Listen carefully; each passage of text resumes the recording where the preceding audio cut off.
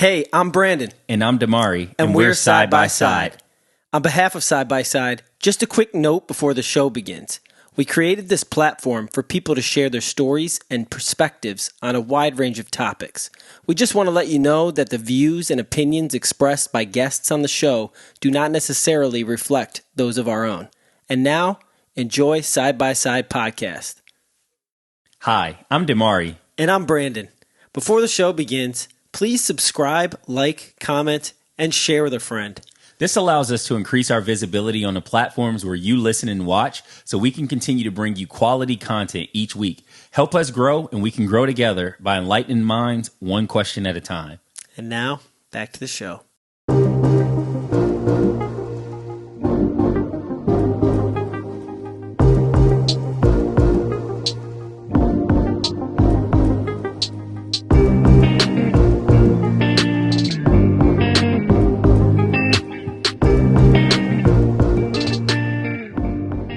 Welcome to Side by Side. Here we are, another episode. I'm Brandon Rizzo. I'm DeMari Swanagain.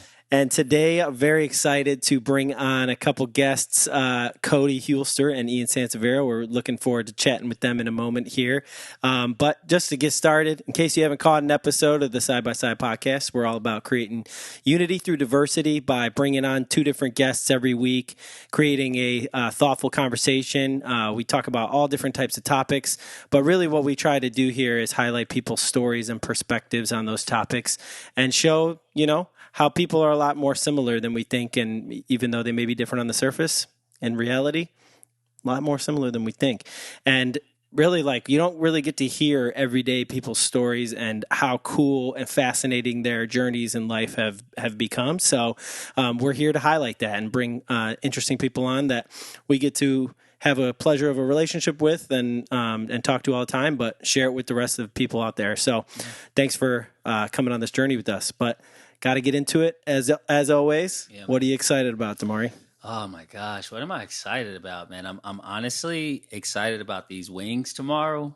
Yes, sir. So we got fight night, and fight night, that's your thing. Mm-hmm. So obviously I join in. But you said you're gonna make wings tomorrow, so I'm pretty pumped about these wings. And we got Xavier coming over, and he's gonna make some wings, so you're gonna have a wing off, so I'm gonna be like in wing heaven, so I'm pumped. I'm pumped, bro. Yeah, you gotta make them wet too. I gotta go so tomorrow I'm gonna go to the store. I'm gonna get a nice big collection of wings. Yeah, dude. I'll make a few different sauces this time. Good. And Good. we'll do it, and we'll do it right. I definitely am very excited about wings. I'm also excited not only for fight night, but we bought tickets today to fight night in Austin. We did. So yeah.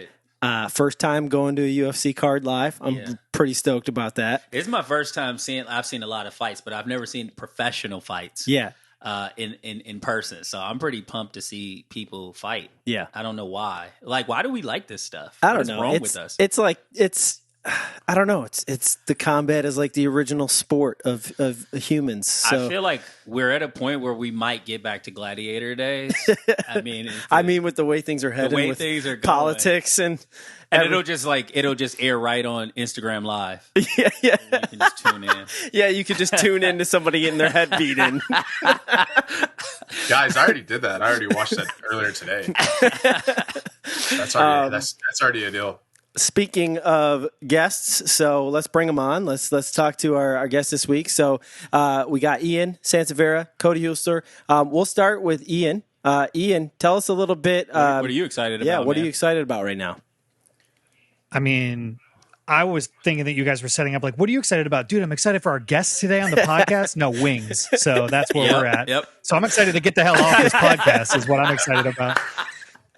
No, man, I'm excited. It's Mother's Day this weekend, so I'm a new father. It's gonna be my wife's second Mother's Day. My mom's gonna come in, hang out with my boy, so we're gonna have a nice family weekend this weekend.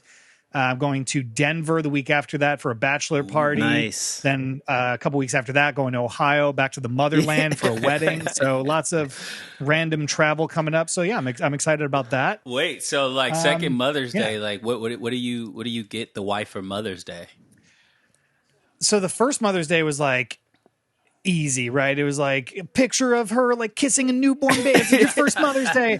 And then I don't even want to admit it publicly, but I'm going to. But like, she was like, "So Mother's Day this weekend," and I was like, "Yeah, Mother's Day's this weekend. That's right. Oh yeah, we're gonna do so much cool stuff." Like, damn, I straight up forgot. But yeah, it's gonna be low key. She's not very high maintenance about that stuff, so I'm super lucky there. As long as I watch the baby most of the day and let her just kind of relax. We ordered massages tonight. Nice. So we have a masseuse coming to the house. Ooh. With the happy ending or no? Only for me. Nice, Only for me. nice. Yeah. Happy Mother's Day to you, Ian. Wait, so you have to I make the have to rules. get your mom a Mother's Day gift too? God, I was just about to. Oh, my mom's the one giving me the happy ending. Jesus Christ. No, we didn't get her anything specific. We're gonna talk to her when she's here because I don't like to blindly get people gifts. Okay. I like to talk to them and be like, "Hey, like, what do you actually want or need?" And like, let me get that for you instead of blindsiding somebody with like a tablecloth or some dumb shit. Yeah. A table. Can we swear on the podcast? I've been Yes, swearing. I'm swear sorry. away. Man, do your thing. That's awesome, man. Cody's covering his ears. Cody, what are you excited about? Dude, just life in general. Work's going freaking fantastic right now. So, Oh, yeah? overcoming some personal barriers and kicking some serious butt. So I'm happy about that. Yeah, tell us more. Ian, man. I think you're setting a mistake, bro. You're one-upping yourself every year. In a couple of years, you're gonna have to buy like a house and then a yacht. And then, Yeah, there you go. Where does it stop? Or we'll just go to, I'll spin it and I'll be like, we need a tiny home. We need to live out of a suitcase. I want to live under a bridge in a tent. And then we'll just go backwards and it'll be cool. You know? That's what I'm talking about. Inflation. There's no rules anymore, Cody. I don't know if you've seen It's it true. outside. There's no fucking rules anymore. And inflation's going to help with that anyway. Like a tiny home is going to cost more than a mansion. Yeah, true. They're pretty expensive, bro. Cody, so you said you're excited about work and things are going well. So tell us a little bit about your work background. What do you do, and what's that all about? Man, I do websites and I do marketing. So a lot of creative work, probably overlapping with Ian a little bit, but I do a lot of custom artwork, build websites from scratch that convert highly. I specialize in localized SEO and really have gotten into my groove with that in the last 4 years. So I'm finally finding a measure of success with that. That's awesome. I'm really excited about that. So. Congrats, And man. as far as your upbringing goes, tell for the people listening and people watching, tell us a little bit about your upbringing, family life coming up as a kid, and then what led you to do marketing and all that. Yeah, I was raised as a Buddhist monk It's awesome. in a monastery in Odessa, Texas. Yeah, dude, I grew up like a country bumpkin, dude. I was just like a little kid eating dirt out in the mesquite oil patch out here in West Texas, and I've been out here for a pretty good while. Grew up single parent household. I've done everything for work. I've been a mechanic. I've done carpentry. I've sold life insurance, and I used to work on wind turbines. And I finally have. I kind of started dabbling with marketing and websites back in 2012, and had always in the back of my mind that was something that I wanted to do because it's scalable, and there's a lot of opportunity there. And COVID happened, and it really I was already doing that, but COVID kind of accelerated that. The brick and mortar business model to digital, and so I kind of was just trying to be opportunistic, and that's how I got into marketing. I had a job that I really wanted to transition out of, and I had an opportunity to start doing developing for one of my friends who owned he has 5 different online businesses, and so I started handling their stuff and fleshing out their infrastructure, and that's kind of how I got into the industry. Somebody believed in me enough to give me the opportunity to take care of their entire infrastructure online, and then that kind of just was enough to finance me so that I could continue to learn and bring on new clients, and here we are today. So Wow, that's awesome. Yeah. Growing up in Odessa, you said Odessa, Texas, right? Yep. And you said you were a single parent household. Yeah. What was that like for you? Oh, it's crazy, bro. Actually, it's insane. I just went back to visit my neighbors, the people that raised me, first generation Hispanic family. They started raising me when I was 6 months old. My mom took care of my sister, both of her parents, and myself. So 4 people. My mom took care of all of us. we lived in a single wide trailer, like on the I wouldn't say it's a bad side of town, but it was just a crazy little neighborhood. I don't know what it is about trailer parks, but They love don't Taco Bell. recommend. Bro, they love lots of Taco Bell, They bro. love Taco Hey, Bell. I had Taco Bell today for lunch. Did you? That's what the fights were about a lot of times. People are like, no, That's my Mountain Dew. Nachos, bro. Then the Mexican pizza game came in, and it's just crazy, bro.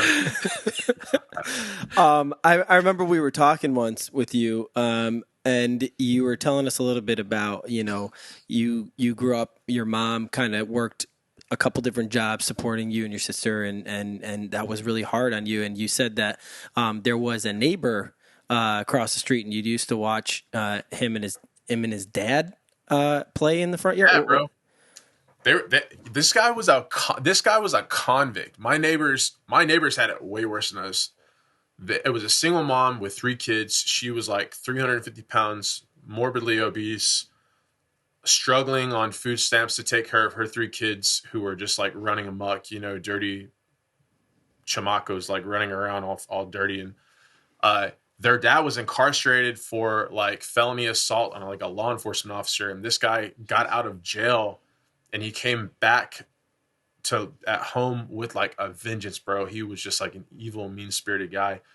And I was so like jealous that those kids had a dad again. You know what I mean? Because they were like, he was trying to make up for lost time with them and do all this stuff with them. So I would literally see them outside, like playing under the tree, baseball, and I'm so proud of you, son. Blah blah blah blah.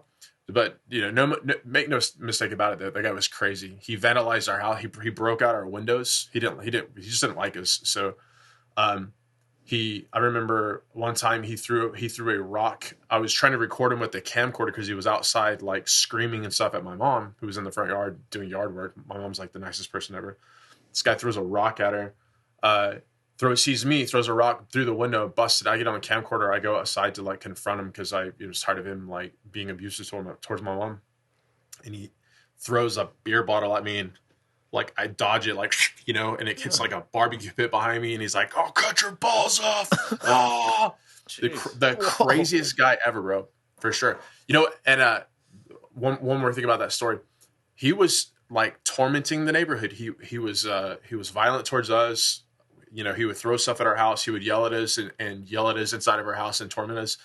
And we didn't know what to do. So we have a friend who, her husband is a sheriff. So we said, "Hey, can we talk to you about this guy? We're not sure what to do." And we told him what was going on. And he's like, "All right, we'll go talk to him." And funny story, bro. One time I got home from school off the bus and I saw the 2 sheriff cars, and they put him in the back and they took him away and they brought him back, and he never said another word to us.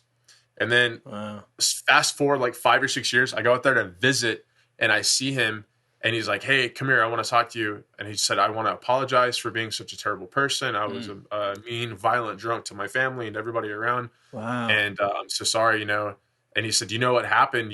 What helped me get straightened out?" I said, "I have no idea." He said, "Well, those cops came out and they had a come to Jesus meeting with me." I said, "Oh, well, what's that?" He's like, "Oh, they took me out on the edge of town and they all beat the crap out of me. And they said that if I ever talked to you guys again or gave you any problem, that they would kill me."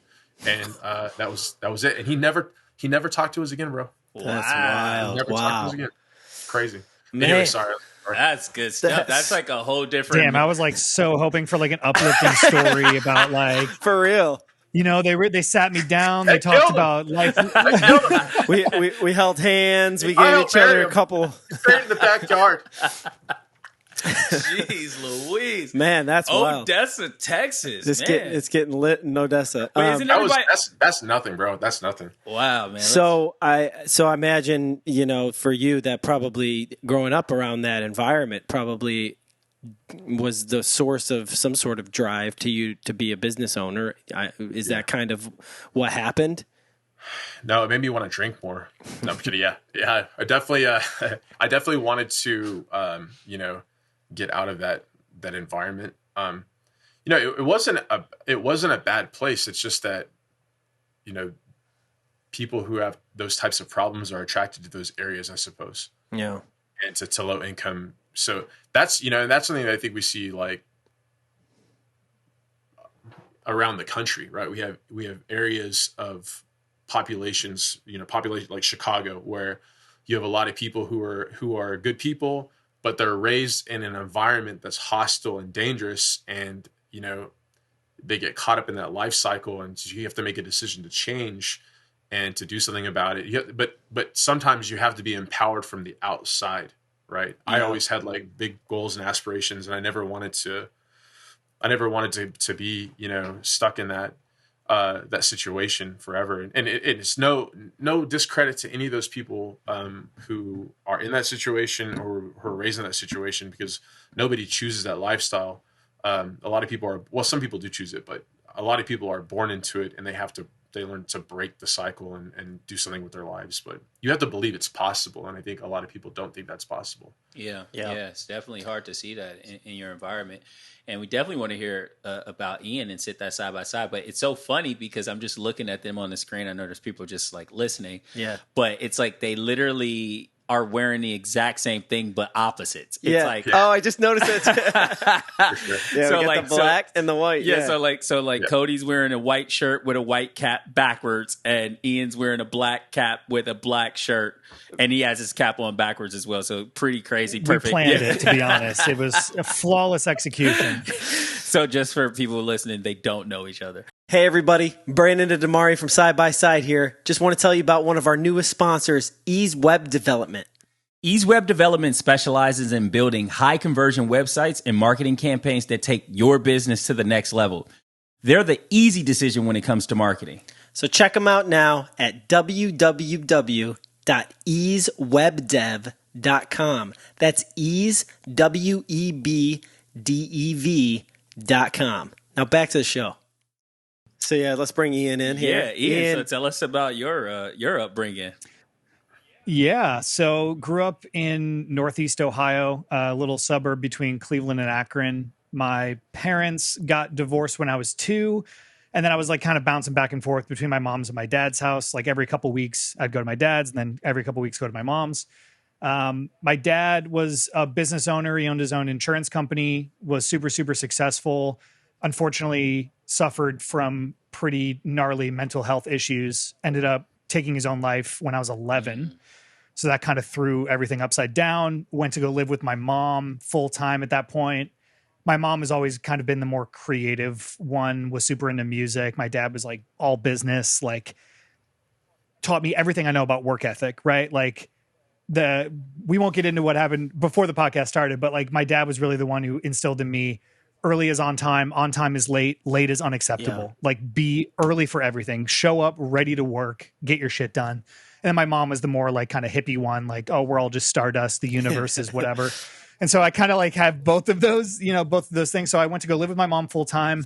And in this, like, I didn't know if I was like sad about my dad or like weirdly liberated because he was kind of a controlling person. And so when he was gone, I'd like found this weird sense of independence when I was 11. And like, I just didn't want any help with anything. I got my own, like, I started working full time as a lifeguard, like any job I could get. I was working. I was trying to pay my own way. I was like busting my ass. And then I met a couple dudes at the new school that I got transferred to, which was Twinsburg, which is actually where I met Brandon. And they were super into film and making movies. And, we started making like these sketches, shooting them on a high 8 VHS tape, like whatever we can get our hands on, shooting these comedy sketches. And then by the time we got to the end of high school, we had like, I don't know, 40, 50,000 subscribers on YouTube. Like we were super into making movies.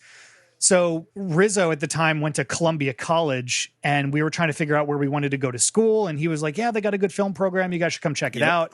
So we went and checked it out. We all ended up going there. They dropped out after sophomore year, I think. I continued on, graduated, moved out to LA the second I walked across that stage because the film industry is out here. And I've been in post-production. I've been pursuing post-production for as long as I can remember. I've always loved editing.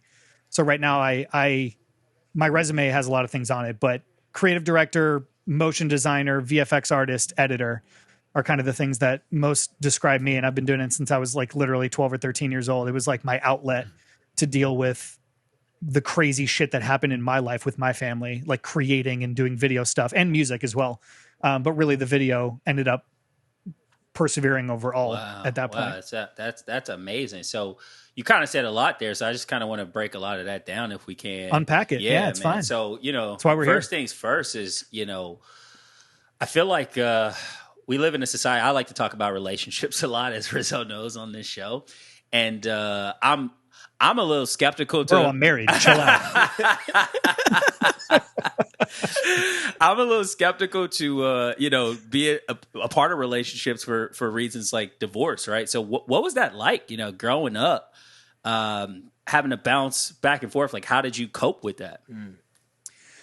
It was, I could come up with some really poignant answer, but like the honest to God truth is like, I don't really remember. Like I could get away with some shit at my mom's that I couldn't at my dad's. I could get away with some shit at my dad's that I couldn't at my mom's. And like, I put this weird mental block on my life. Like pretty much everything before my dad killed himself, like I've like blocked out in a really weird way. Like I don't really remember too much of it. Yeah.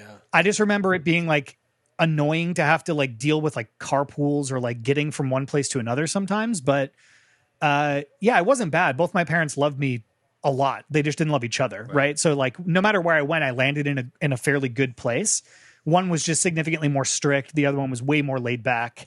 And so it was just like bouncing back and forth. And I learned to absorb the good parts of each and like kind of shut out the negative side of it. Like all the controlling aspects of like that my dad had. I don't know if he was like clinically OCD, but he was like for sure, like everything had its place. He had to be super hyper organized. And my mom was the opposite, like pile of clothes, like fucking everything's messy. And so like, I had this like weird polar opposition of like parental guidance. And so I just tried to take the best out of both and run with it. Cause after my dad died, I realized that life is short and you never know what to expect. And you kind of just have to make do with what you've got. And so with that, I kind of just like try to pave my own way as much as possible. Yeah, man. So like I actually lost both of my parents early on. And so I definitely know what that's like. But I'm curious to know, like, what's that like? It's a little different when your parent takes their life. So can you just kind of, if you feel comfortable, like just walk us through like what that time period was like? I actually lost my mom at 11 as well. So definitely that's a I young didn't realize age. the age was, Yeah, it was 11. I it's lost the my dad at 6 and mom at 11. So definitely understand that, but it wasn't like that. So, can you just walk us through, if you remember, what that was like?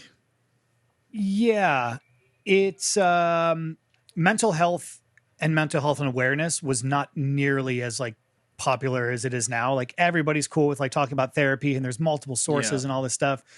My dad had remarried at that time and he was like kind of looking at potentially another divorce. And I think that was like really, really messing with him. And it was starting to affect his business. And he had gone on antidepressants and then he decided just to like stop taking them one day because he thought that he was fine and he wasn't fine. And looking back on it now, there was definitely a lot of signs of depression. Like he had, we had a pool, like an above ground pool at his house. And I was like, he took his life in May. And so like April was rolling around. I was like, spring's right around the corner. Like, we going to open the pool, whatever. And he was like, no, not this year. Like, I'm not going to do it. And there was like weird signs, but I was 11 years old, like I didn't know. And I was only spending 2 weeks there and then 2 weeks at my mom's. So it was definitely shocking. But after the fact, like talking to some of my family members and people who knew him, they all said that they could tell that like something was wrong and they were all trying to have him get help. But I think that he was like too proud to go to therapy or too proud to be on antidepressants or something. Like, Brandon could probably speak to this. Like Northeast Ohio is very like blue collar, like, super prideful about you. Ohio in general, like everyone's like proud to this. And so like, I don't think that he wanted help or wanted to get help or whatever. And it really matured me. Like I went from 11 to 20, like overnight, like I had to really learn how to navigate life because my mom was going to work all the time and she didn't handle it well either. She ended up spinning into kind of like an alcoholic tailspin because she didn't know what to do with me. This 11-year-old kid who's now living with her full time. She didn't have her 2 weeks without me that she can go like do her thing. Right. And so it fucked her up real bad. And then when I went to college, she actually got sober. She's been sober for like 18 years or something. Congrats. Awesome. Yes. Which is awesome. But at the time, it's like she didn't know how to handle it. Like I didn't. So I just buried myself in things to do.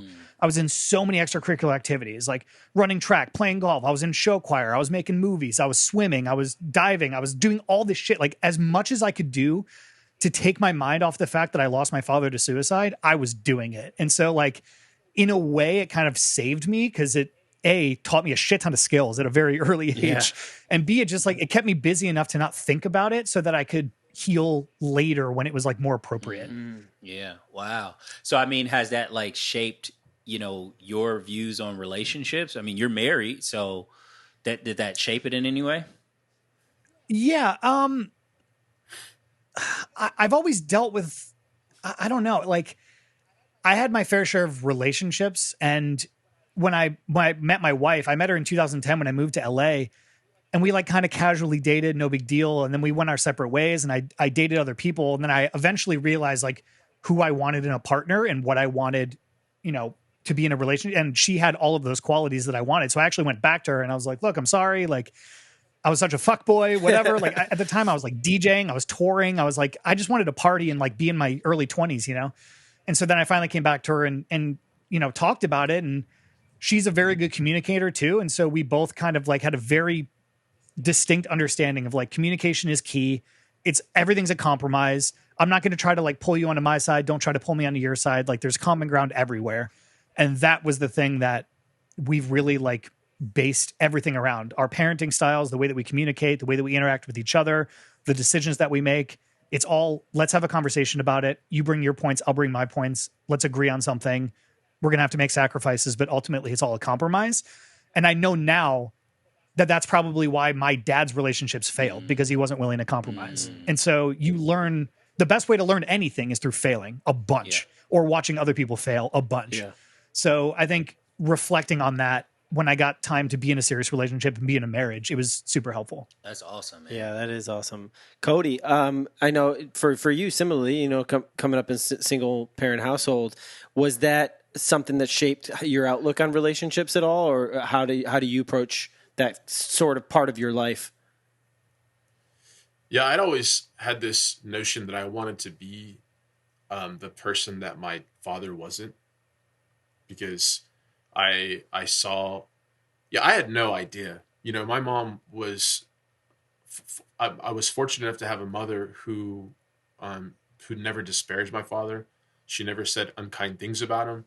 And it was confusing for me as a child to not know why my parents were together. And I always had this, like, these schemes to like try to get them back together, Yeah. It's like Parent Trap. Exactly, bro. Exactly. But I didn't understand it. But my mom was kind enough to not say bad things about my father. She just told me that when I was an adult, I would understand the situation better, and that's all that she could say. And so for a long time, as a child, I was probably like not the best child. I didn't have a lot of supervision. My mom worked a lot. My mom, was a lot more strict than my neighbors. My grandparents were wonderful, but my grandmother had delusional paranoid schizophrenia. And so when my mother was born, my grandmother developed postpartum depression, and that spiraled into, delusional paranoid schizophrenia. And so, and obviously we know a lot more about how to treat those types of illnesses now, but, back to my story about my dad. I always wanted to, I didn't know why. I just knew that I would never do that. If I ever get married and have kids, I would never do that. Not an option. So I've always felt like, marriage is a very serious thing. And if I choose to marry someone that I really believe that, I would try to do my absolute best. Otherwise, there's no point in trying, in my opinion. So I always wanted to, be a good father. So I've thought about having kids for a long time. And now I'm like 37. So the clock's a ticking, probably. Probably not so much for you. I don't think so. No. I think you probably got like another 40 years. Dude, there's dudes that are like 70 years old knocking up 24-year-olds. Sure. Like you're chilling. Good, you're good. Yeah. So I didn't want to. I just couldn't see how people. I understand the dynamics of relationships and why people get separated, and certainly it is for the better for, sometimes it's better for the children. Sometimes it's not, it's like, it's a very fluid dynamic situation. And I don't think there is a right or a wrong answer. It's a case by case, but I just know that I never wanted to do that. You know what I mean? I never wanted to be subjected to that when I was a child. It was not fair for me. It certainly wasn't fair for my mom. I mean, think about the position that the mother is put into. My dad was a lifer in the Navy. He was not paying his child support. They had to like garnish his wages from the Navy, and it was like a really just drawn out process. I remember going to court, and then I'd have to go live with him in the summer times on the military base, travel back and forth from Texas to Louisiana. And it was just so complicated, And I thought my dad was the greatest guy in the world too. He's hilarious. He's a really funny guy, but it's like typical for children to idolize like one parent, the disciplinarian, the one who's raising you. They're not the fun one. It's the one that you get to see every 6 months that brings you like, that you go and do fun things with. You just think they're like the most wonderful person in the world until you're an adult and you see, oh, he was literally just doing like whatever he could do, which is not much. You know what I mean? Yeah. So I just, I feel like I feel strongly for single moms. I look at their plight, and I understand what they're going through from a limited perspective, and I just would never want to do that to somebody. Plus, I don't know. That's how I feel. So, do you want to be in a relationship still? I mean, despite everything that's happened. For sure, okay, for sure. And you want children still? It depends. It depends. I do have that inclination to like procreate, because I think that's why we were created, right? To be creators, and I think that is the pinnacle of creation. Wait, did you just say we were created to have sex? Yeah, for sure. Okay. Yes. All right. Well, have you ever had sex? I mean, it's pretty good, dude. The first time that you like the thought for me of evolution went right out the window. I was like, oh yeah, like that. Oh yeah, that's an accident. That's an accident? That happened by accident? Okay. No, it's so crazy because I read something and it was like, isn't it just so bizarre that like all of the like most pleasurable things like happen in this region, like in our pelvic region, like pelvis, even like take it, a poop. It's like, bro, so you good. just said that. No, but we were just talking about Taco Bell 5 minutes ago. Come on. Jesus Christ. Not everything has to. Some of the most painful things happen in that area too. Right. That's true. This is true. You ever had a Crunchwrap Supreme and taken a swig of a Baja Blast? What the fuck are you talking about, bro? With fire sauce on it? Diablo, bro. Diablo. I get the Diablo stuff. Well, speaking of creators and that whole thing, I mean, we're all creators here. Dimari and I bonded over our love of music, making music and stuff, and one of the things that me and Ian grew up together, and one of the things that brought him and I together was music.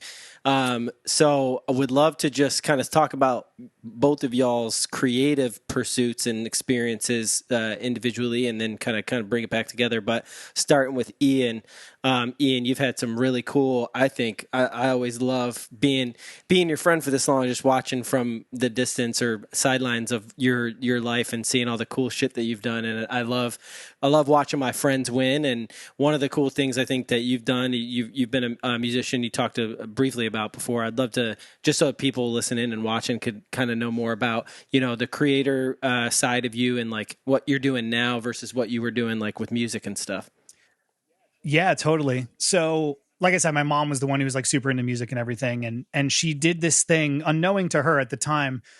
She'd be a song would be on in the car and she would start singing another song over top of it, like a mashup. And she would always do it. That's awesome. And so I remember we were at this local bowling alley in our hometown. Every Friday they used to do like teen bowling night. Lanes. And this local company called Rock the House would go and DJ the bowling night. And I remember one night I walked up to the DJ and I was like, you should play this over top of this. And he was like, the fuck do you know about this? And I was like, I don't know. Like my mom does it, but like, I know that this song would sound good over this song.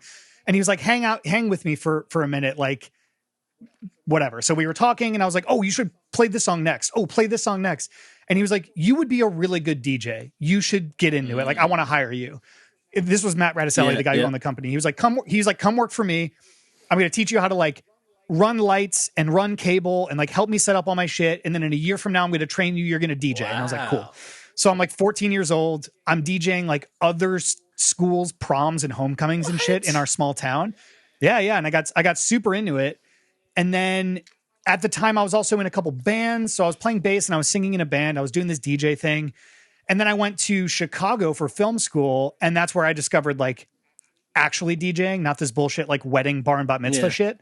I discovered house music and like I got super into battle DJing. I like signed up for Red Bull Freestyle. I learned how to scratch. I was like watching DJ Jazzy Jeff tutorials. I bought turntables. Like, yeah, dude, I went in.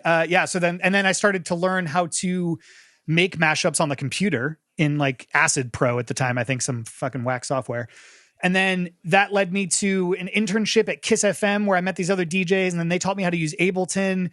And then when I moved out to LA, I met my best friend now, Anthony, who at the time was a record engineer. He like did a whole bunch of mixing and engineering on like Kanye West albums and worked with Depeche Mode and all these people.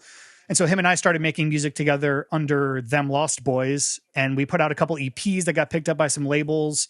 And we ended up going on tour for quite a while. We were DJing every weekend in like multiple cities all across the US. It was super fun.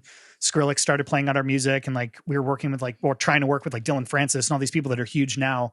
When we were coming up, we were trying to make it happen with them. But ultimately the relationship between him and I didn't work out musically. And so I kind of just like fell back on the film stuff because for what it's worth, the music industry is not as glamorous as it seems from the outside. Amen. Yeah. So I wasn't really into it, you know, like, oh, cool. Go to a nightclub on the weekend and like, how much ketamine can you do to make a friend? And like, I'm just not. And that's serious. That's a serious story. Like, yeah. And I don't do, you know, for what it's worth, like I don't do coke. I don't fucking do ketamine. Like I barely drink. Like I don't really, I'm fairly sober for the most part. I'll smoke weed every once in a while. How did you manage in LA, man? That's why I'm not in the music industry. Yeah.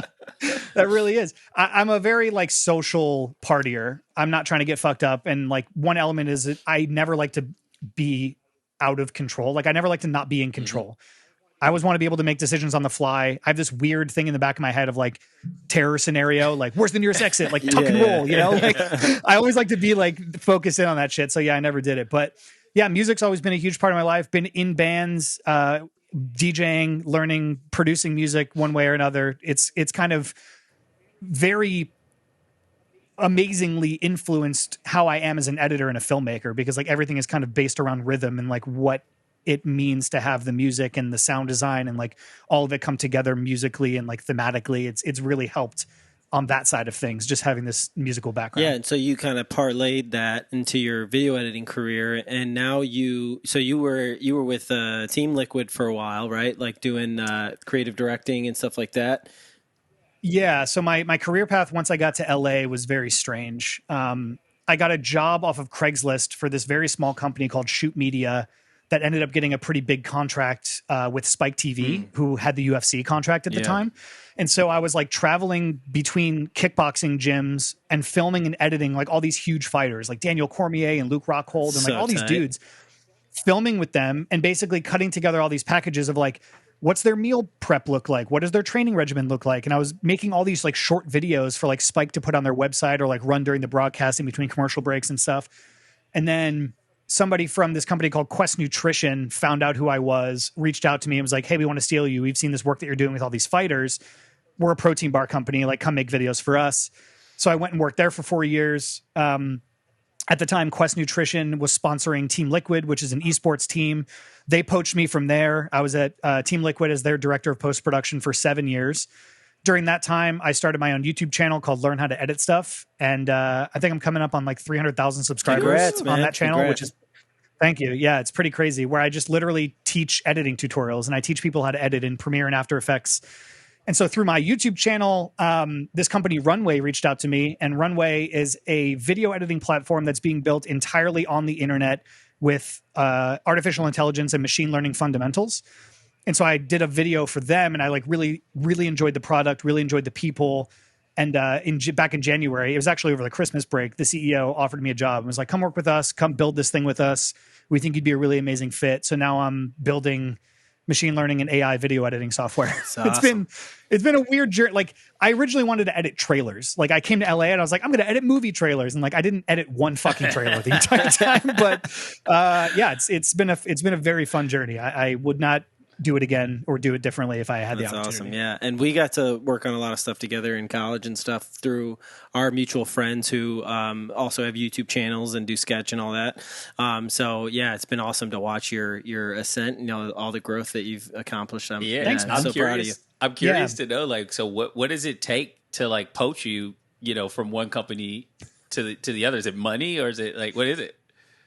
Happy endings. I'm a scientist. Actually. Endless happy. That's yeah. It's so funny. Because no, I mean, it's one of those things where very, not early on in my career, but about halfway through where I am now, I realized that no amount of money can actually like make you happy. Like people would try to offer me more money to retain me and I would accept it. And then like a month later, I'd be like, I'm still not happy. You know, like the fulfillment comes from within and about creating in general and being proud of the work that you're doing and working with a team around you that's like-minded, that has the same like hustle mentality, that just wants to like do cool shit. That's where happiness, at least for me, comes from. Yeah. People would leave in a heartbeat for a paycheck. I'm just not that kind of person. Like I don't, that's not what motivates me. The creative side of it and making something from nothing and learning new skills is what motivates me. And so that's kind of what has poached me at every like I never quit my job or got fired and had to look for a new job. It's always been people like, we think that you'd identify with us at this point in your life. Come join, you know, and it's like it's worked out, and I've been trusting my gut in that sense. I mean, so the videos that you're creating, like you went from, you know, UFC fighters to like nutritional bars. Like, what's the satisfaction with nutritional bars versus? I mean, fighters seem way cooler to me. Yeah, it was the people that I was working with at the fighting ones. Like it was a bunch of people who felt fine with like pawning off all of their work on me and paying me pennies on the dollar to do it. And it just like, it wasn't a good work environment or work atmosphere at all. And so when I interviewed at Quest, like they were super stoked. And when I joined Quest, I think that year they had done like 300,000 in sales. And by the time I left, they were at like 300 million in sales. They got acquired by Atkins for $1 billion. So over the course of time that I was there, they were number 3 on the Inc. 500's fastest growing companies of all time. Like shit was crazy. So it was a really high pressure environment. The CEO and the CFO and everyone at the top levels were like pushing us all to be better humans and like better creatives. And like, I really enjoyed that environment until I didn't. And then I left. Yeah. But yeah, it's so fighting into nutrition, which there's some connections there. Nutrition into video games has absolutely no connectivity. I don't know how the hell that happened. Right. And then video games into AI, kind of, there's some parallels there, but well, it's just cool. Like we talked about this on a previous episode, just like the synchronicities of things that kind of like bring you to the right spots in life. And we very much are into like mysticism and spiritualism and like history and ancient civilizations. And I just feel like if you're on that journey, if you're on that spiritual path, you're walking that truth, the creative pursuit, and doing what fuels your heart, I think the right things will come, and that they say the teacher will appear when the student is ready, is the metaphor.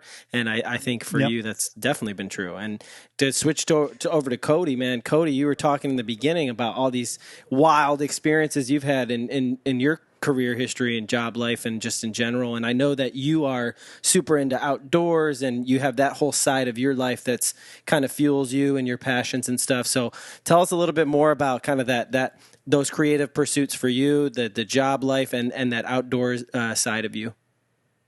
Dude, I first of all, bro, that like Ian, your story is awesome, man. I'm thank you, dude. Barely cutting my teeth in After Effects. I've been using it for a couple of years, but like making like 30-second video clips with templates that I find online. But I find that I love it, dude. I really, really do. Like a couple of years ago, I got a much more powerful system to process videos. So I'm at the point now where I'm doing video production as a part of the services that I offer my clients, but it's really for the purposes of well, number one, there is no better sales content than videos. It's absolutely the best, and producing videos is enjoyable. I enjoyed the entire process. I definitely want to learn more about that. But Gotta subscribe. What's the Twitter handle, Ian? My Twitter handle, all my socials are not Ian Sans, but my YouTube channel is Learn How to I'm sorry, Edit that's Stuff. what I meant to say. YouTube. Learn how to edit stuff. Learn how to edit stuff. Yeah, it's but you should, not to plug the company that I work for now, but to plug the company that I work for now, you should check it out. It's free to sign up. You can edit all videos. It's all done on the web. So if your computer explodes, you can just walk to another computer and pick up exactly where you left off. Everything's stored in the cloud. It's really cool. So it's like right now it doesn't function the way that like Premiere and After Effects functions currently. But if we fast forwarded to like 2025, we're going to be doing some really fucking insane shit. So it's really exciting to be kind of on this weird like cloud computing, AI, machine learning, generative model video. It's weird. It's fucking crazy. Yeah, but yeah, you're right. I mean, video is huge. I can't wait to. Video is huge, and for marketing and websites and everything, I'm sure that you're in there like swimware. Yeah, you got to just, as they say, you got to have it on. It has to be everywhere. That's what the SERPs want to see. But I originally wanted to create a YouTube page. I did create a YouTube page called Adventure West, and I was going to do Moto Vlogging because I bought like this motorcycle and I was like all 4x4 and I was like driving up to Colorado over the mountain passes and stuff. And I had like a GoPro and all my microphone and stuff. And I really enjoyed it. But, as it turns out, I really didn't have a lot to say because it was just like hours of me going, whoa, whoa. I watched it. People love that though. He sent me the video and I was like, I don't get it. Like, why am I watching this right now? But like, I'm not a motorcycle guy, and it looked really treacherous. I was like, I didn't know that about this guy because I met Cody at the time. He mentioned earlier, he's like selling life insurance. I met him during that time period. And I'm like, is this what like life insurance people are doing? Like behind the scenes, like, they're like going up treacherous mountains on little bikes. I was skydiving. I was riding that, and because he had good life insurance. Right. Yeah, bro. I went up there and I was like, what am I doing? This is so stupid. Cause it was like snow and mud and some big clumsy bike that was way too heavy and underpowered. And I'm like trying literally not to die. I'm like leaning against the mountain, and my brakes, I got my brakes too hot. I didn't have brakes. I was like, shoot. On a video, I literally said right before into my microphone, I was like, man, this is really steep. I bet some idiots come through on his motorcycle and got his brakes too hot. And then like 10 seconds later, I had no brakes. I was like, oh my God, I'm going to die. And I barely got it under control and got it saved. So did you get a rush from that type of stuff? Oh yeah, it's the whole time, bro. You don't. A lot of people are like they go fast. A lot of people like to go fast on the motorcycles. Up there, you're going like 10 miles an hour, but it's the same experience because you're like, one little rock and you're like, whoa, guess I'm dead, because you fly down into a ravine. That actually happened. I flipped my motorcycle back down into a ravine, but I had all this gear on, and I flew down about 20 feet, and my bike rolled down behind me and was just throwing parts off left and right. It was crazy. But I really, dude, I really enjoy that kind of stuff. I mean, I crave now. Cody, that reminds me of old school or at Wedding Crashers when Chaz is like, "Oh, take the picture, honey. Oh, I'm dead. Oh, I'm dead. What an idiot." Was it paragliding or hang gliding? Paragliding, yeah, hang gliding, right? Oh, yeah. Wait, so for the bike people, what kind of bike did you have, man? KLR 650, which is like a pig. It's like a single cylinder 650. So it has a ton of low end torque. It had 37 horsepower, which is nothing at all. And it was a little heavy. So it will do absolutely anything, but not anything good. Like you can take it to go do anything. You can only use it to die. Right. Yeah. I remember driving down the interstate 75, like, come on, baby, come on. I had to get onto the shoulder, and 18-wheelers were passing me. People on horseback were passing me, bro. Crazy slow. The guy with the horse and buggy carriage coming by. The Amish. It is Texas. There's all kinds of shit going on. You never know. Yeah, there's a lot of Mennonites out here and Amish people. So. Are you a small business owner, young professional, or pre-retiree looking to grow and protect your assets but don't know where to start? With all the noise about stocks, bonds, cryptos, it can be hard to know what steps to take. Let Black Swan Financial Group help you so you can focus on doing what you're good at.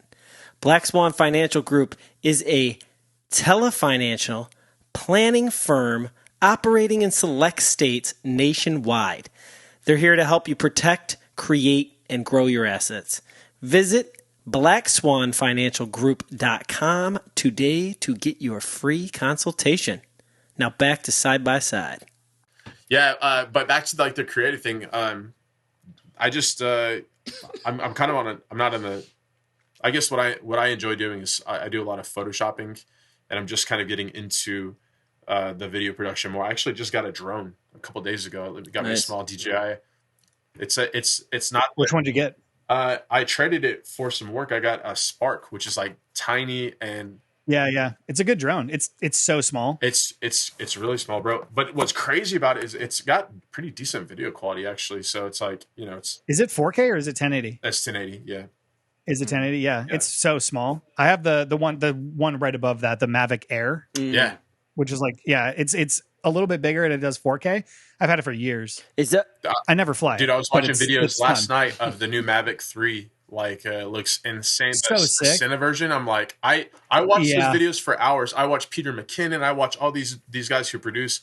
I guess now I have to start watching your channel because I need tutorials in After Effects. So I have to. I got you. I've been getting sucked into FPV, like first person drone flying foot, where they put the Oculus goggles on and they fly through like cracks and stairwells and shit. Yeah, have you ever seen? So I could just throw up while I'm throwing. While I'm flying my drone. Have you ever seen the videos where they mount? Well, they probably use a GoPro for this, but they mount it to like a hawk or an eagle, and they show like what it looks like for a bird flying. That stuff is so cool. It makes me jealous. I don't really like to watch it. Just like, jealous of the bird? Yeah. Dude, I want to fly, man. Ooh, I'm a bald eagle. I could just go wherever I want. Yeah. And they can see like everything. That's the craziest part. I get jealous, yeah. I can't watch it for too long. Yeah. Dimari, he's a bird hater. I want to be a bird, honestly. Like, I mean, I do. I want to be a falcon. Cody, you were saying a while back in the beginning of the conversation that you did like carpentry and all this other stuff. Like, how did you? Was that just you trying to make a way, you know, get your business going, things like that? And what was that about?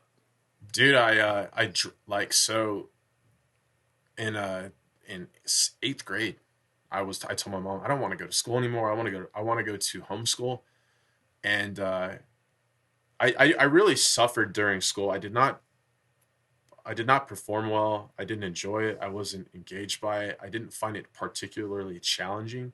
And so I wanted to get out of school. And I just never felt like I fit in. I had lots of friends and stuff, and I enjoyed the people that I associated with, but I just didn't like school. I just hated it. And my mom was foolish enough to allow me to go to homeschool, but that never came to fruition. So she took me out. She was supposed to enroll me in a private like homeschool where they send you the stuff. And it just so happens that I just decided, like, I did that for like a couple of semesters, and I just decided I want to get a job. And so I knew a guy who did construction, and he let me work for him under the table. How old were you? I think I was 14 when I started working. Wow. Yep. And then I started 15. I started full time, and then 16 I got my car. I moved out when I was 16 with some friends, and I just started. But I did construction that entire time, where I learned everything about construction, like remodeling. I was during the early 2000s. There's something called the black mold boom, where insurance companies were like gutting people's houses because they had mold in there, and I was coming in and gutting. I was gutting like 2-3 houses a day, and I did that for years. And I would go back and help put them together. So bathrooms and kitchens, I just have done hundreds and hundreds of them, and I learned quite a bit doing that. I went and did that for myself for quite a while. I actually really enjoyed it, but then I decided to just kind of change stuff up, and I got into doing the wind turbines, and I enjoyed that too. I kind of excelled at that. I did some project management for them. They had me traveling around the States doing that. I really enjoyed it. But that kind of in 2000, I think it was 2012, President Obama cut the production tax credit. And I don't know if you guys know this, but the only green in green energy is the money that's involved in green energy. Yeah. Because green energy it doesn't exist without subsidies from the government. Nobody will put solar panels on the house without the tax credits and all that stuff that comes along with it, right? That's part of the incentive. Maybe not solar panels specifically, but for a certain wind parks are that way. Corporations have a huge incentive from the government to they get a tax rebate from having them. They get production tax credits, and so if they didn't have that incentive, the market would collapse, and it did collapse in 2012. And so I had been offered a position as a manager to move over to Portland, but there was talks about that the PTC getting cut, and I decided that I probably wouldn't do that. And just a couple of months later, the boss who had hired me who was trying to recruit me to come up there, he got fired, and so did pretty much everybody else. Wow. So that kind of came to an end, and then in 2012 I moved to Fort Worth and started doing I worked with a marketer, this guy I knew had been in marketing for a long time. He was like a marketing guru, and I started working with him, and I was creating like membership websites for him and doing SEO stuff and like creating courses, selling memberships to courses, writing up, flying to California to shoot videos for customers, doing all sorts of stuff. And I really enjoyed it, but I didn't enjoy working for him because he was a little bit too creative to run a business. He was really creative, great guy, love him so much, but he wasn't a good guy to work for. He's great at what he did, but he wasn't a good business owner. And so, how's the business doing now? How's his business doing now? Yeah, his business. Yeah, that's a good question, man. I see that he's always, he's the type of marketer who promotes himself.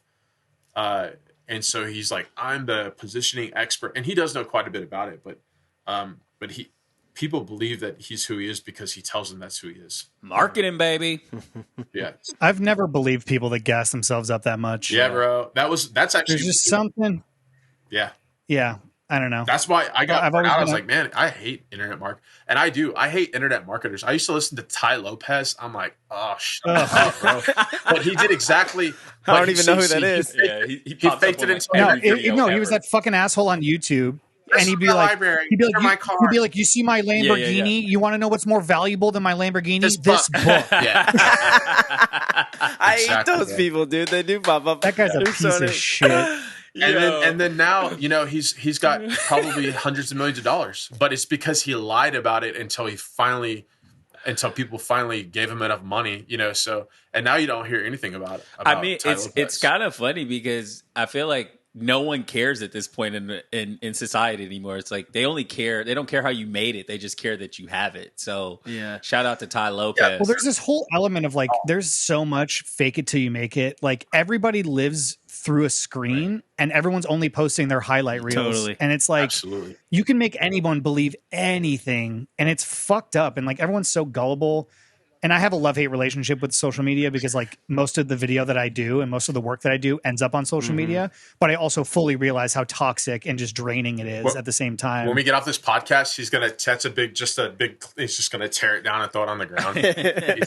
But he'll be recording it to post it to social media. Yeah, exactly. Yeah, exactly. Updating my new background.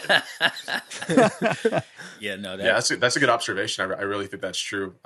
And we only see that highlight reel, and we become envious about other people, but they're not showing you like them at home crying in bed because they're hollow and they have no self-worth and for external validation. And you want to know what's sad is that the generation that I've seen it affect the worst is like my mom's generation.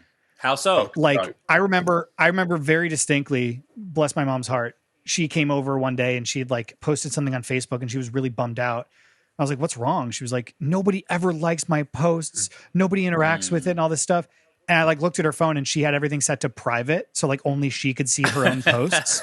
Yep. And then I like set it to public and she openly cried on my couch. Wow. And I was like, man, this is so fucked. Like that you care that much about what like people on the internet think, and who knows if they're even real. There's all these people that are like bot farming for likes and shit. Like nothing is real anymore. It's so crazy. Nothing's real. I think this podcast took a fucking left turn. That's what we do. So I actually want to steer into that turn. So I mean, for any creator, for me, that was always part of the challenge with the grind of trying to, push yourself to make it or to be successful and, have your art be the thing that pays the bills. And social media, I think our generation was the ones who were born into it. Like we were the generation that had, MySpace, then Facebook, then all that. And so we were always kind of trying to learn it to use it to our advantage and stuff. I think about, Ian, like, when we started our band back in the day, we would promote our stuff on MySpace. Then we moved it to Facebook. Then and then like Instagram came, and it's just like you're always trying to use these things to like promote yourself and push yourself. But then it becomes about the promotion and the rat race of trying to grow your following rather than the art and trying to make it. And it just is such an unfortunate thing. What do you guys think about that? Has that been kind of like your experience as well in your pursuits? I think it's the conformity aspect of it, where if you're a creator, you feel like you have to be doing what everyone else is doing, and then you get completely railroaded by like you get in your own way because you think that you're not doing the right thing. Right. And this humbly, I say I've found success by not giving a shit about what anybody else thinks and not trying to copy anybody else and just doing what I love and what I believe in and what I think is right.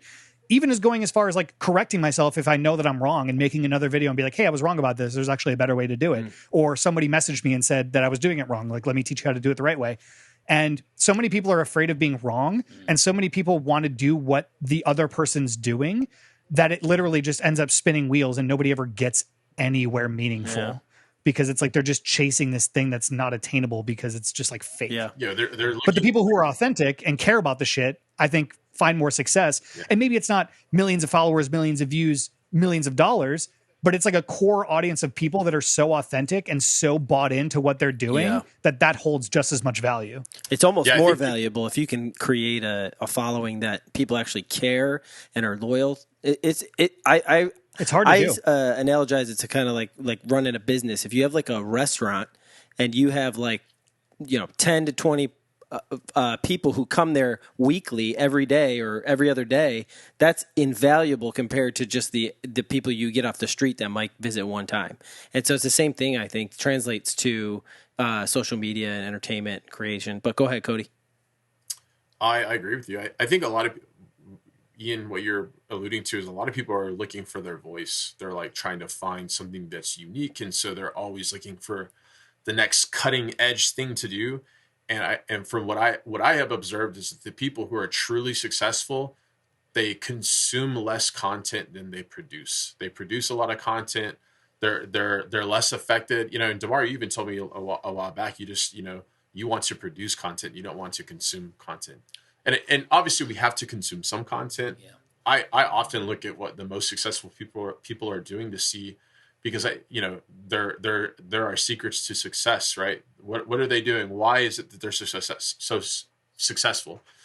But once you figure out what that is and you can incorporate that into there, I don't think that you should drastically change your message or who you are or even what you're doing, but maybe how you present it and who you're presenting it to and when you present it, right? Mm-hmm. So a lot of people are looking for their voice. They're trying to figure out what they can do, what they can say to to get people interested. And I think that's kind of like that defeats the purpose of even doing it to begin with. Yeah, and I think even beyond that, just listening to Ian and listening to you and thinking about what we're doing right now with the Side by Side podcast. What I see online is that a lot of people just don't add value, and we have rewarded a lot of people that don't add value to the point where other people just mimic people that don't add value because they're TikTok, like, hey, bro.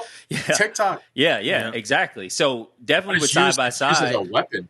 It's weaponized. It can be. I mean? What we're doing here, we obviously like when you brought up something I said where I like to produce more than I consume. Well, I'm hoping that with what we produce, this is valuable. This conversation that we're having today is valuable to the listeners out there, and it can positively affect them. We're not just out here just saying stuff just to be saying stuff. And even with Ian, name the YouTube channel again one more time for the listeners. Learn how to edit stuff. Learn how to edit stuff. If you want to learn how to edit stuff, go learn how to edit stuff. That's straight up value. Mm-hmm. I mean, so that says a lot about Ian's character, that he can add value to society. He could, be charging, thousands of dollars for courses to give you this information, but he's just giving it to you right there on YouTube. So it's really up to you to consume the proper information and benefit from that, right? So Cody, I know that just kind of standing in that creative space, you make music or something? Yeah, I like to play guitar, bro. But it's really interesting. You guys were talking about like the reason why you were creating music, and I feel like for me, I started playing guitar when I was like 15, like Bob Seger and Metallica and stuff like that. Because I wanted to like be the cool guy playing guitar. You know what I mean? Me too. Like, not the douchebag with the acoustic under the tree. Yeah, playing Wonderwall. No, I was gonna say he didn't say Dave Matthews. He said Metallica. Right, he said some hardcore. That was and I was hanging around a bunch of guys who love to play Metallica and stuff like that. And bro, I remember playing a song like a bunch, and then one day it just finally clicked, and I started to understand what parts of the neck that the sounds came from on the guitar, and it became like a part of my body. And once that happened, something happened in my brain where it became so enjoyable and so medicinal that I like to play every night, because it's the best drug that there is. It just calms me down. Like it's fantastic, bro. It's like having a dozen drinks. It just really puts me in that zone. And so I got really into playing that, but it was always me playing by myself and writing some cool stuff, and really enjoyed it. But then it kind of got me in this zone where I was like super like nervous to express myself, because I felt like that's an expression to other people. And so I was like going to cafes and playing in cafes and playing, at open mic nights and stuff like that, just to get some exposure to try to get over that. And I still get super nervous when I play in front of people, like crazy nervous. It's nothing. I'm actually pretty fluent and good. Even when I record, I start thinking and overanalyzing, and I don't. But if I can get into the zone, what I've had to learn is how to get into the zone where I'm having that flow of creation, that flow of consciousness through the guitar, and try to stay in that zone. And that's what I've tried to learn in the last couple of years. But I don't quite play as much as I should. So. Yeah, I've known you for 5 years. I've never heard you play, so I don't know if you can actually play. You may be doing a Ty Lopez. And it's behind me. It's like a huge studio with hundreds of guitars. The producer, right? No, I'm just kidding. So Ian, you played music, like, and then you shifted into video, but it seems like music was your original passion. So, like, do you want to get back into that, or like, was that hard to give up? What was that like, that transition? Yeah, it was. I've hit so many points in my life where working with other people just hasn't worked out for whatever reason. Selfishly, I think it's because they don't have the same mentality as me. They don't have the same sort of motivation and like factors behind why they're doing it. And it's really rare to find somebody like that. So if you guys have that, fuck yeah, hold on to it. It's really hard to find. We were just talking the same exact thing the other day. We did talk about this. Yeah, it's really hard to find. And so I kind of paved my own way down the solo path, which is like rewarding but also lonely at the same time. So DJing was one of those things that I could do solo, and it's like all up to me, right? And it's super cool. But yeah, I open up Ableton all the time. I have a bazillion projects that I'll never put out, right? Because I just want to like make something, and I don't want to make something with video. At the beginning of the pandemic, I told myself that I wanted to learn 3D. And so I learned Blender. I literally have just been like doing Blender for 2 years straight. And I finally, like 2 months ago, just worked up the courage to like export a few of my projects and put it online. And I made an Instagram account for like my 3D stuff. Awesome. Cause like I finally hit the point where I was like, okay, I'm ready to like show this to people, because I had been training for it, and I never got that way with music, and I don't know why. And I like to think it's because I never found the right person to collaborate with, because you kind of need that yin and yang with music, right? Like solo artistry is really difficult to come by. And even somebody like Ed Sheeran, who's an unbelievable solo artist, still needs a bunch of people around him to collaborate with. And I just never quite found that person to collaborate with on that level. And so that's why music for me never really hit that point. But with the other stuff, with editing and visual effects and 3D and all that stuff, I could run the solo path. And I think that's why I've done mostly that. because it's like all on my time and my rules. Mhm. Yeah, That's a great point. Yeah. I couldn't agree more. I feel like my experience with music is the same thing. It's so hard to do it on your own, and even if you can, I think one of the things I empathize with Ian a lot on is I feel like you and I are both autodidacts. We kind of teach ourselves things we want to learn and know how to do, and it's easy to do that and then do it and then create this thing by yourself, but you miss so much of that process where you can use other people and then their energies conform with your energies and you create. And so him and I, oddly enough, we've always had this synergy between us with creating stuff. And we're actually doing a music project right now. And it feels so good to be back in that space because he'll come up with an idea and I'm like, oh, I didn't even think about that. Let me throw this little thing on there. And I throw this thing on there and he's like, whoa. And he just like juices me up because he gets so hyped whenever he hears something he likes. And, That's the best. And when I'm working alone, I'm like, oh, that sounds really cool. And I'm feeling it. And I'm much more like internal when I'm making my thing. But he just has this external energy when we're working on something. And it creates a whole other vibe. I mean, it's necessary. It's so necessary, dude. Our sure. synergy is insane. And like, yeah, dude, he's like my favorite person to work with. We said this on I said this on the first episode. And the thing is, what I've realized just from trying to collaborate with people is a lot of people, no matter what, whether it's music or business, whatever, people are really in love with the results and they don't want to actually do the necessary work to get the result. And you have to really enjoy the journey, right? And we enjoy the journey. So like you're a person that has, what'd you say, like 200,000-300,000 subscribers. Like, can you walk us through like that journey? I mean, we're trying to build our platform right now. So like, what are some tips for anyone that's like, trying to get their work out there on YouTube? And somebody posted this online the other day and I really identified with it because this is exactly how my story went. Do the thing that you are afraid of doing as a joke. Tell yourself that it's a joke because that gets you over the fear of like acceptance. Because if somebody talks shit about it, you can go, dude, it's a fucking joke. Chill out. Like it's just a joke. And so when I started my YouTube channel, I was like, what would be a good name? Learn how to edit stuff. Like as a joke. And I used to get super high before I did my tutorials and they were fucking obnoxious and they were horrible. And then I hit like 10K subs and I was like, holy shit, people actually like want more of this. And so I like stopped smoking weed, upgraded my setup, got a better camera, got a better mic, like really started taking it seriously. And then also consistency is the other element of that soup that you're making. I was like, all right, once a week, every Sunday, I'm going to put out a video. And every Sunday for like 3 years straight, I put out a tutorial. And I would get to a point where like I would run out of material and then like take down one of my old tutorials, remake it even better and include more information and then like re-put it out again and just like keep building on this catalog that I had.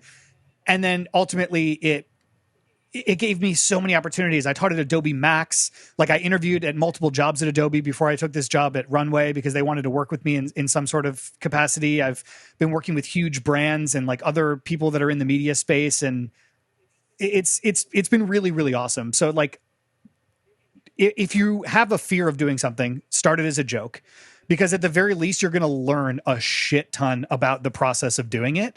And then by learning, you're going to feel more comfortable. And then the second you decide to tell yourself, okay, this is no longer a joke, you're already armed with all the tools to make it a success. Yeah.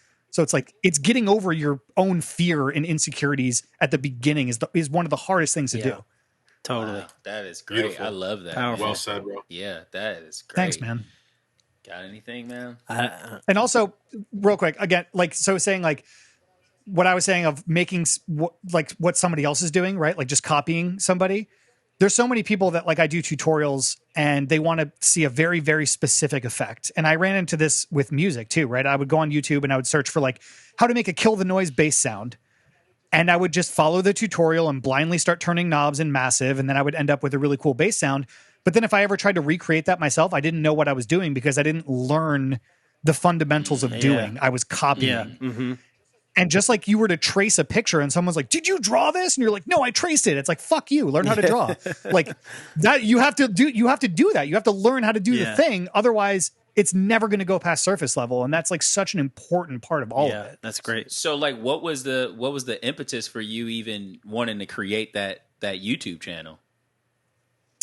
I was working at Quest at the time, and there was a dude who came in. His name is John Glaude. He had a YouTube channel called Obese to Beast. and he lost 300 pounds. Wow. And he still to this day has refused to get the loose skin surgery. And he like has all this loose skin as like a reminder of him being like this gigantic human being. And so he was vlogging and he was editing all his own videos. And he would literally sit next to me while I was at work and be like, hey man, how do you do this in Premiere? How do you do this? How do you do this? And then at the end of his time being in LA, he was like, bro, you should start a YouTube channel. Like if I'm curious about this shit, other people are too. Like you should just do it. You should start one. And so I was like, all right, I'll do it. Like, what the hell? As a joke, right? And then it kind of snowballed from there. So do you like promote it or what? Did I promote it or did you promote your YouTube channel? I have put $0 into ever marketing my own channel. It's all been completely organic growth the whole way. And yeah, it's cool because like I think once you get into like the money siphon, there's no reasonable way out because then you just have to keep putting more and more and more to get that dopamine hit. And like my videos don't get tens of thousands of views within the first few days of coming out. They get tens of thousands of views over the course of time because as people are curious and wanting to learn, they go on YouTube and they type in how to edit in Premiere, how to get started in After Effects, how to do this one thing. And my videos are always at the top. And it's like this evergreen cycle. And I'm attracting people who want to learn. And that's the energy that I'm putting out. And that cycle for me is really satisfying. Yeah, that's awesome. It's not about the views. It's not about the money. It's not about anything other than that one message that I get from somebody who's like, dude, I have a job in editing because of your channel, or I found a new passion for creativity because of you. Beautiful. That's why I do it. That's why I do it. It's powerful, man. It's beautiful. Look at all the people that you've probably inspired and touched and changed in ways that you never could have imagined or even see. It's amazing. And I try to stay as humble as possible. It's been really difficult, especially being in a place like Los Angeles, to not let this like manufactured reality ego trip bullshit affect you. Do you know who I am?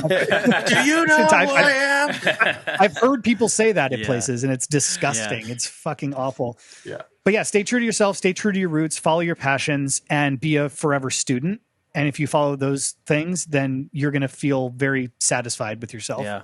Dude, so you're pretty busy. You got you got work, you got the YouTube channel, you got all of this stuff. And then we just found out you have a newborn child, which is crazy. Yeah, not so new anymore. He's slightly used at this point. He's 16 months. I don't even know. Like, yes, I mean, I feel like at any point months. where like the parents are still talking in months to tell me how old they are, like they're still new to me. Yeah. My wife just had a birthday and I did the math. I was like, oh, you're 420 months. Like, I'm just going to start telling people. She can be mad when she hears how old that. I am in months. Yeah. You just outed her. Yeah. For sure. Nah, it's okay. It's okay. We're in our mid 30s. Everything's fine. So what's that like, I had a man? joke. Like, I'm going to start telling people how old I am in months. Yeah, so like, what's that like? I mean, how are you juggling all of this, and like, how are you taking on being a new dad? I fully 2 weeks in, I'm holding my son, and I'm like alone, and I'm looking at him in the eyes, and I had a full blown mental breakdown, like thinking about my father and how he was so selfish that he could leave me on this planet, and like all this shit. I'm like looking at my own fucking DNA in the eyes, and I had like a full blown mental breakdown, like serious, and then. Ever since then, it's just like I've just been trying to enjoy the ride, and I'm work from home indefinitely, which is amazing because I get to see every single one of his milestones. His first word, his first steps, his first everything, trying his food for the first time, like all these new things that he's experiencing. I get to be there for it, which is unbelievable. But he is, and I'm going to gas him up a little bit. This fucker is like far more advanced than he should be for his age. His vocabulary is out of control. He says like 50 words and he's 16 months old, and they're not even supposed to say that many words until they're almost 3 years old. So he's like super out ahead of the game. He's like already going to the bathroom on the potty, which doesn't happen until you're 2 or 3 years old. He sleeps really well. He's got the funniest personality. Like he is just like watching this little human come to life has been so interesting. Like 0 to 8 months, they're just a fucking sack of potatoes and they don't do shit. But then after 8 months, you really start to see this like their character come out and their personality come out and like what things they get weirded out by and what things they don't get weirded out by. Like for whatever reason, my son freaks out every time we turn on a blender. Why? I don't fucking know, but it's funny. It's like, he's not afraid of digging his hands into dirt that's like, or in a bush filled with spiders, but turning on a blender freaks him out. It's like these funny little things that you notice as they're getting older. But yeah, he's great. He's got so much energy. It's exhausting. He's making us not want to have another kid. But the journey so far has been super, super fun. And it's awesome to see him kind of like evolve. That's awesome. Yeah. Felix, my nephew, is getting to that 8-month marker. pretty soon here. It changes after 8 He months. won't be a sack of It does. potatoes. Yeah, he is a serious sack of potatoes right now. He's like, it's so funny because Ian, you know my dad. He looks so much like a Rizzo boy. He's got those like strong genes. Like he looks like my dad's like son. Yeah. It's so funny. We just always joke about it. Like Robert De Niro and a sack of potatoes had a love child. Yeah. It's great. I love it. Cody, dude, give us some closing thoughts. Like, to any advice, any people out there watching. Your I feel like your journey and your business owner mentality about how you keep pushing and keep kind of finding ways to make it in this world. I think that's something I definitely admire. I know Dimari admires that about you as well. And so, people can learn a lot from you as well. And I would love just to hear your thoughts and something to close it out with. He's like, enjoy it while it lasts. yeah. We're all going to die. Yeah. Wow. No, I mean, Very inspiring. That was great. Way to inspire our listeners. Maybe today, maybe tomorrow. All three of our listeners are just like, we get I'm gonna go so jump caught off up my on balcony. these things that don't matter. Everybody wants to make a name for themselves, and they're too busy connected to these things and not with the things that really matter, which are the relationships that we have with other. Dude, if you have great relationships with other people, if you get fired from your job and you can't get hired in a day or two the next day, did we lose him? He froze up there for a second. Yeah. Damn. That's where you're lacking. You need to go. You need a better network. That's why I was on this. I was going to say this moment brought to you by Spectrum. Yeah. So. Sorry, you cut out, Cody. To be fair, you cut out, and we lost you for like 30 seconds. And then you came back and you said you need a better network, and I thought you need a better network. That was like, you could not picture better timing than that. That was just insane. That's called comedic timing, ladies and gentlemen. Thank you. Yes. Dang. So what I was saying is that if you get fired from your job and you can't get hired, somebody in your network won't pick you up the very next day or the day after.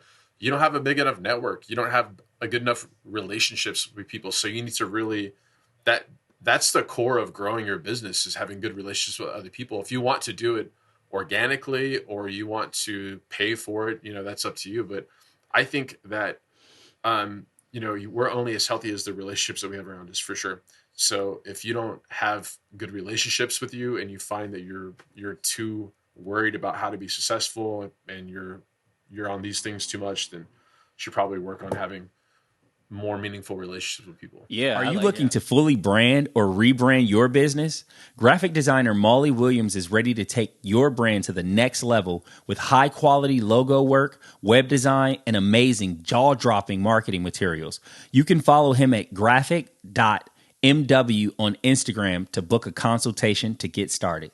Yeah, I like that, man. So I know one thing, this is like completely like not even on par with what you just said, but last time we spoke, you were talking about the market. I know you really like to look at this trading stuff. So like, let's leave the listeners with some tidbits on what they should be buying, man. What's happening, bro? We got inflation. We got all types of crazy jazz. Everything's on sale right now. Is it? I don't know. Let me check my phone. It's going to get better too. It's going to get better, except for houses, depending on where you live. But you make all your money when you buy something. So, if you're buying assets, and that's a pretty loose term these days. People think that houses are assets, and they can be, but they can also be a liability. So you make all your money when you buy stuff. Not when you sell it. So you got to buy it at the right price. But if inflation continues, which I expect that it will, they're talking about, they make all this noise about it's transitory, but historically speaking, when a empire starts debasing their currency, they typically never stop. And we have no indication that the federal government is ever going to stop spending money. I mean, it's not going to happen, and they can't shrink their balance sheets. So the quantitative tapering that they're going to it's going to turn back around into quantitative easing. They start raising the rates, everything gets so expensive, the economy starts to shut down. That might put a damper on inflation in the short term, but I don't see this going away. And so, most people are saying that if you want to make money during inflation, you need to buy commodities. So Yeah, they're saying commodity. I mean, historically, commodities, stocks, and gold gold and always silver. do extremely well. So I don't know, but I mean, I think energy is going to get super expensive. I think energy is going to get insanely expensive. So energy stocks, electrical companies, oil and gas, I think those are all going to be worthwhile investments in the short term and probably into the future. But I guess we'll find out. are you actively trading right now? Not right now. It's 7:47. So. Well, So, yeah, I mean, yeah, not I'm watching the markets During the podcast, yeah, he's day trading. no. Well, technically, you could be trading in Asia or anywhere. So I mean, I could be trading forex right now. yeah, you could. The market's always open, but no, I meant like not like at this exact moment, but like are you? I know. Yeah, you have any positions open? I'm always watching and looking for opportunities for sure. I'm really interested to see what's going to happen with Twitter. I think that I think that probably they're going to try to take Twitter private so that they can make some of these changes so that without being accountable to the stockholders and then relist it at some point. So it looks like there might be some opportunities there. They're gonna cut OpEx like nuts. They're just gonna be cutting OpEx for like the next 6 months. It's gonna be insane. And they should. They got to get that cleaned up, bro. And if they can turn that into like a decentralized platform, which I expect that's probably what they'll do, they'll turn it into Web3, introduce it into the metaverse, and get all that stuff plugged in. I think that's going to be interesting, and I think Elon Musk is definitely the guy to do it. Oh hell, Elon Musk! So I don't know. I don't know what's going to happen. Obviously, we've talked about the Dimari. I don't know that he's like this innocent billionaire. I don't know if that's the right word. Yeah, but, he's definitely not the Messiah. No. Right. For sure. He's a capitalist. So if that tells you anything, but I think it's really gonna be interesting to see what happens there. And it certainly seems like he has the Midas touch on a lot of stuff that he gets involved in. So yeah. I hope that Twitter's the same. I'm excited about Web3. So like with your company, Ian, are they working towards Web3 or anything like that at this point? Not directly. We've been doing some like machine learning models and like model training to do generative NFT collections. Like a lot of people have used our software to do generative NFTs and different spins on that kind of stuff, but we're not actively going into the Web3 space. We are trying to build a extremely robust and high functioning video editing platform, all entirely built on the web, so that some kid in Indonesia who has a shitty Chromebook that he got from like his dad, right, can do the same level of visual effects that I can on my computer that I paid like tens of thousands of dollars for.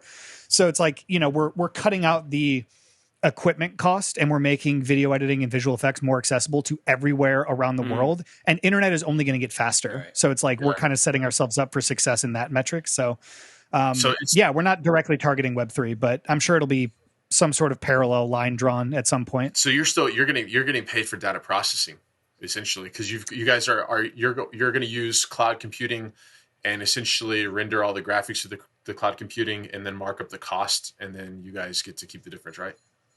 Well, right now our main like nugget of intellectual property is a tool that does single click rotoscoping. And for those of you that don't know what rotoscoping is, it's the process of cutting out a single frame, right? So if you go into Photoshop, you take the pen tool, you cut somebody out. But now when you do it for video and you're dealing with 24 frames a second and that mask is moving through space and time, it becomes a really tedious and difficult process. So what we've developed is a single click or a few clicks, and you can rotoscope anybody out of any scene without the use of a green screen or chroma key. The Ministry of Truth is going to have a field day with you guys. Oh, yeah. Because the misinformation that is about to be created because of your company. Oh God! Thank God for the Ministry. Do you follow the Twitter that somebody started? The parody account. It's so good, bro. Oh my God! Fake, so deep good. Fakes, bro. Ian, I thought of this earlier when you said something about Ohio on this account. They said something like Ohio is a gulag. For sure. And it was like the account's called Ministry Ohio of Truth. People there. I've seen Trey Parker and Matt Stone did a limited mini series called Sassy Justice, where the entire thing is deep faked and Donald Trump is the main character, and he plays a character called Fred Sassy, and he's like this gay reporter. Dude, it's amazing. If you haven't heard of Sassy Justice, please go watch it because it's unbelievable. And the deep fakes look so fucking good. And it is just it's very Trey Parker, Matt Stone, like South Park land. And it's unbelievable. Awesome. But yeah, it's crazy, man. Technology is nutty. I have a program on my computer called NVIDIA Canvas, and I'm literally drawing in like what looks like Microsoft Paint very poorly, like a toddler, and it's creating these like unbelievably beautiful landscapes and like AI generated like mountains and trees and shit. It's fucking Good. wild. AI It's generated super art cool. is I love it. incredible. It's the most amazing thing. It's bro. cool. I just watched a whole special on it, and I was like, "What?" It's very, very cool. Yeah, it's machine learning and everything. The whole process. I didn't know anything about it when I started the job. They hired me to be a voice of reason for video editing, and they're relying on me heavily for that expertise. But I've also been soaking up as much knowledge as possible about like machine learning and algorithms and training the algorithms and like reading research papers and shit. There's some really, really crazy stuff out there. What's the new one that came out? Like the Open AI thing. Have you seen that online? You can type in anything like a frog drinking a Budweiser on top of an airplane, and it'll generate an image that's not real. I have not based heard on of what. this. Yeah, It's beautiful. it's really, really cool. I'll send you guys links after Yeah, this. I want to see that. It's awesome. Yeah, it's super, super cool. Wow, the Wow. future. You literally don't have to be talented anymore. No. You can. So all the advice that Ian gave earlier, just forget about it. You don't need to do. Just any of go to That's this why I said website. It's for my. It's for, Make well, a frog, so turn it's it for- into an NFT, invest it into the stock. Are you Gary V? market. Yeah. You sound like Gary V. Okay, so you're gonna take a frog NFT and you're gonna put it online. It's all about how you treat your employees. Your car keys are an NFT. Your wife is an NFT. Everything's an NFT. That's a great Gary Vee impression. That is a really It is. good Yeah. Gary Vee impression. That's Oh hilarious. god! But what I was gonna say is like my path worked really well for my age bracket, yeah. right? Like coming up in a time before the internet, and then during the internet, and now the internet. But for kids that are listening to this, that might be like in your teenage years, learn how to code, Yeah. learn about computer Totally. programming. Like, Yep. yeah, like they're teaching now in school. When we were in school, Spanish, French were your foreign languages. They teach JavaScript now, and they teach like CSS. It's Yeah. crazy. Like you can take coding as a foreign language. Do it. It's so valuable. That's so. The job growth for coding is like 20% projected growth in like the next couple of years. It's insane. Yeah. It's insane. Starting They- salary they for a still- Google like L5 or L1, I don't know what they start at. It's either low or high, but like the starting salary for a Google engineer is like 250K or something. Oh, It's nice. like outrageous. Yeah, basic coding, like Python, JavaScript, JSON, 140, 150, and if you can get your foot in the door. So pass those. Yeah. There's so Super many valuable. resources to pass the interviews. You know what I mean? What The what coding really interviews. sucks is that inflation is really going to make that the new 40,000. So Oh, for sure. Tux is lit right that's the now. part they don't tell you. But dude, this has been a lot of fun. Yeah, this man. was awesome. Hey, we really appreciate you guys coming on today. This has been Thanks so for much having fun. us. I learned a bunch today. Yeah. Amazing. Yeah, Tell good if you want conversation. people to find you, tell them where they can find you. Ian, we'll start with you. Learn how to We've edit said it stuff. 600 times. Is where we can say it on the beat it in your head. If you want to learn how to edit stuff, that's where to find me. Not Ian Sans on Twitter and Instagram are kind of like mainly where I'm, and then I'm putting my 3D creations up on Blender _and_coffee Cool. on Instagram. Awesome. Blender and coffee. That's what we love here. Nice. Cody, So go yeah, you ahead. can find me there. C0DII on Instagram, and I think Twitter too, possibly. And then easewebdevelopment.com. Nice. Ease Web Development, one of our sponsors, man. Yes. Awesome. Thank you guys. Appreciate it. As always, Thank you, guys. Side by side, Yeah, you can follow me at Judah Clan on all platforms. and Rizzo Feels on all platforms. Find us. We launched an Instagram for the show, Side X Side Pod. You can also get us at sidexsidepodcast.com.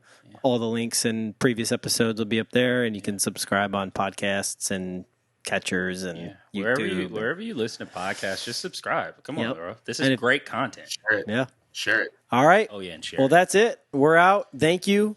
Until we're side by side again. Yeah. See you later.